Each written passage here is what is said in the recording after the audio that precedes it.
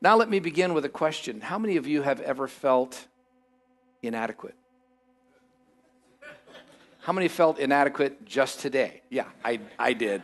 And I want to talk a little bit about, we've been in this series on small things, and we've talked about small faith, and we've talked about small beginnings.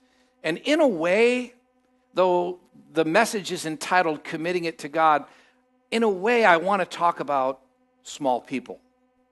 That feeling that we have that we are not always quite enough, maybe not quite enough for the challenge at work or at home or with our parents or with our children or with our job.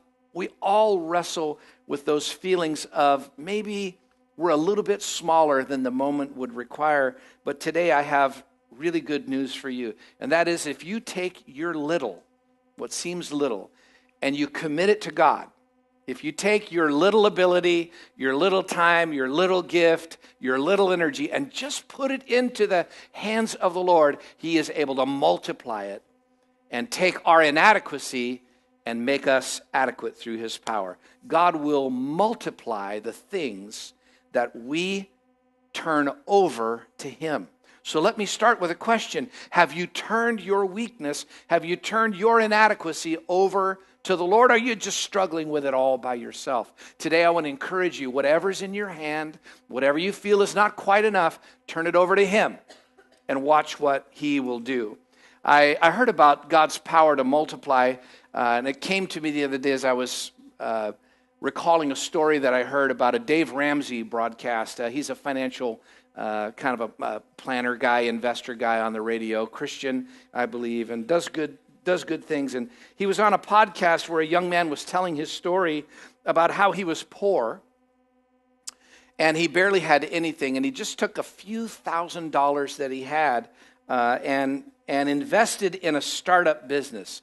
And then over the course of time, he didn't know if anything was going to happen with that investment. It was an aggressive investment. He thought maybe he would lose it or maybe something good would happen. Hopefully, at least he would get his money back. But somehow he moved out of the area and he lost track of the address of that company that he had invested in. And a decade passed and he sort of kind of forgot about it. He would think about it every once in a while, as we do sometimes, and I need to follow up on that, and he didn't. And so he just lost track of it, and he thought, well, I probably have lost that money. And then a month before the broadcast aired, he was going through some old tax papers or something, and he found the address. He came up on the address, and he got in touch to check on that investment. And 10 years later, he found out that $2,000 investment had turned into $1.2 million.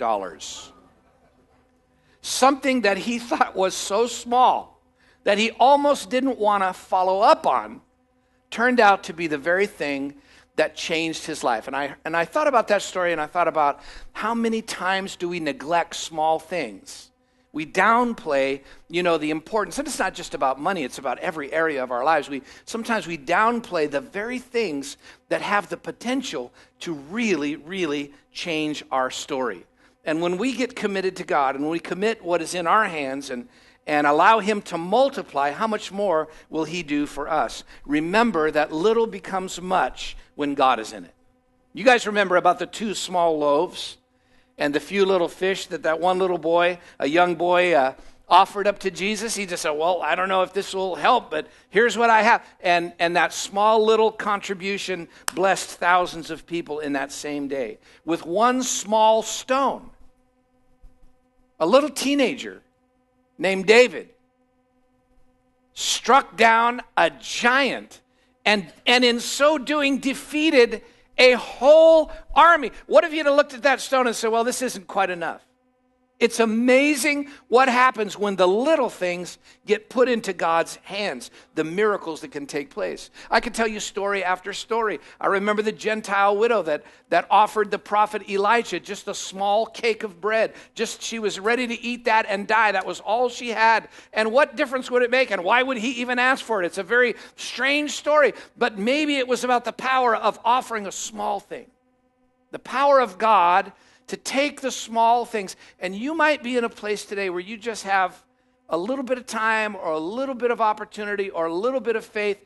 And I want you to leverage that by giving it over to the Lord and watching, because he is able to save by many or by few.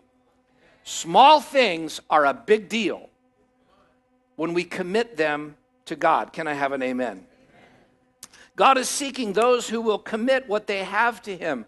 Whatever we have and whoever we are, we can place our small things before him today, and the Lord of the harvest, the God of multiplication, will multiply it and use it. I have seen this just over the last few weeks here in our church. And at the end of my message, I want to make an exciting announcement about our Beyond offering. But I've seen your ability as a people to say, you know what, I will offer my time, I will offer my talent. I'm a drummer, I can usher, I can run sound, I can lead a small group. And you step forward at offering time, you step forward when it's time to serve. You can say, well, I can help with children, or I can greet at the door, or whatever it is. Yeah, I can take on a kid from the neighborhood, I can help out my family member. I've seen you take those small steps of faith, and I've seen how really significant those things turn out to be later. And I can tell you story after story of people that are in this very room whose lives have been changed because people were willing to do small things, seemingly small things, and probably did it with a feeling like, well, it probably won't make much difference, but I'll try. And it's amazing what happens when we turn the little that we have over to the Lord. There's a story in Matthew chapter 25. I'd like us to read it. I'm going to put it up on the screen. It's in the Message translation. It's a very familiar story to many of us, but this translation kind of brings out, I believe, the tint that I'm going for today, which is the sin or the tragedy of neglecting a small thing because it's small. Saying, well, it's just a small thing. It's no big deal, right? And so I don't really have to pay attention to it. And this story just strikes this chord. Jesus is speaking, and he said, God's kingdom is also like a man going off on an extended trip. He called his servants together and delegated responsibilities. To one, he gave $5,000, to another $2,000, and to a third $1,000, depending on their abilities. Then he left right off. The first servant went to work and doubled his master's investment. The second did the same. But the man with the single $1,000, the guy with the smallest gift, what did he do? He dug a hole and carefully buried his master's money. Which you'd think, well, this is good. He's taking good care of it, right? Read on. After a long absence, the master of these 3 servants came back and settled up with them. The one given $5,000 showed him how he had doubled his investment. The master commended him. Good job, good work. You did your job well. From now on, be my partner. How many would like to be a partner with God? So I think that word partner is important. Everyone say partner. Because if you and I are going to partner with God, we've got to understand it's just our little thing that we're going to bring. But God really does want to partner with us. He really is looking for us to add even our small thing into the equation so that he can work his power. So he says, from now on, be my partner. And then the servant with the 2,000 showed how he had also doubled his master's investment. And his master commended him. Good work. You did your job well. From now on, be my what? Partner. So now we're in partnership with God because we took the thing that we had and we used it. But watch this. The servant given 1,000 said, Master, I know that you have high standards and you hate careless ways, that you demand the best and you make no allowances for error. You're a severe God, right? And then he said, I was afraid that I might disappoint you. And boy, I think there's something right there so prophetic for every one of us.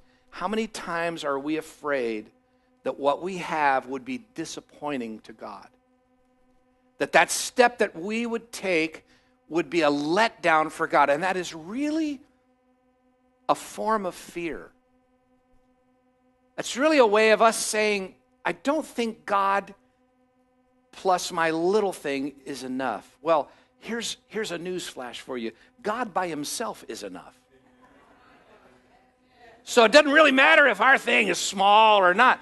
God says, I'm just looking for a partner. I don't want to do this alone. I can do it alone, but I want you to be right here with me. Let's do this together, right? And so he said, I know I might disappoint you. So I found a good hiding place and secured your money, and here it is. Safe and sound, down to the last cent. The master was furious. This is a story that Jesus is telling. This didn't actually happen. This is a story that Jesus is telling to make a point. He says that's a terrible way to live. It's a terrible way to live, to sit on your part instead of committing it to God. It's a terrible way to live. It's criminal to live cautiously like that. If you knew that I was after the best, why did you do less than the least? The least you could have done would be to invest the sum with the bankers, and where at least I would have gotten a little interest. Take the 1,000 and give it to the one who risked the most, and get rid of this play it safe who won't go out on a limb. Now that's a paraphrase. It's not an exact translation, but you kind of get the feeling that God is looking for partnership, and even our fears and even that sense of inadequacy that I know we all struggle with, I know I do, that feeling that I don't know if I could make a difference. He says if you hold that back, if you let that emotion rob you from participation with the partnership of Almighty God, that is no way to live. And today I want to challenge us to take the small things of our life that we say, well, God would never want this, he could never use this, I could never be a blessing in this way. I want to challenge you to put that before the Lord and say, Lord, I'm willing to partner with you.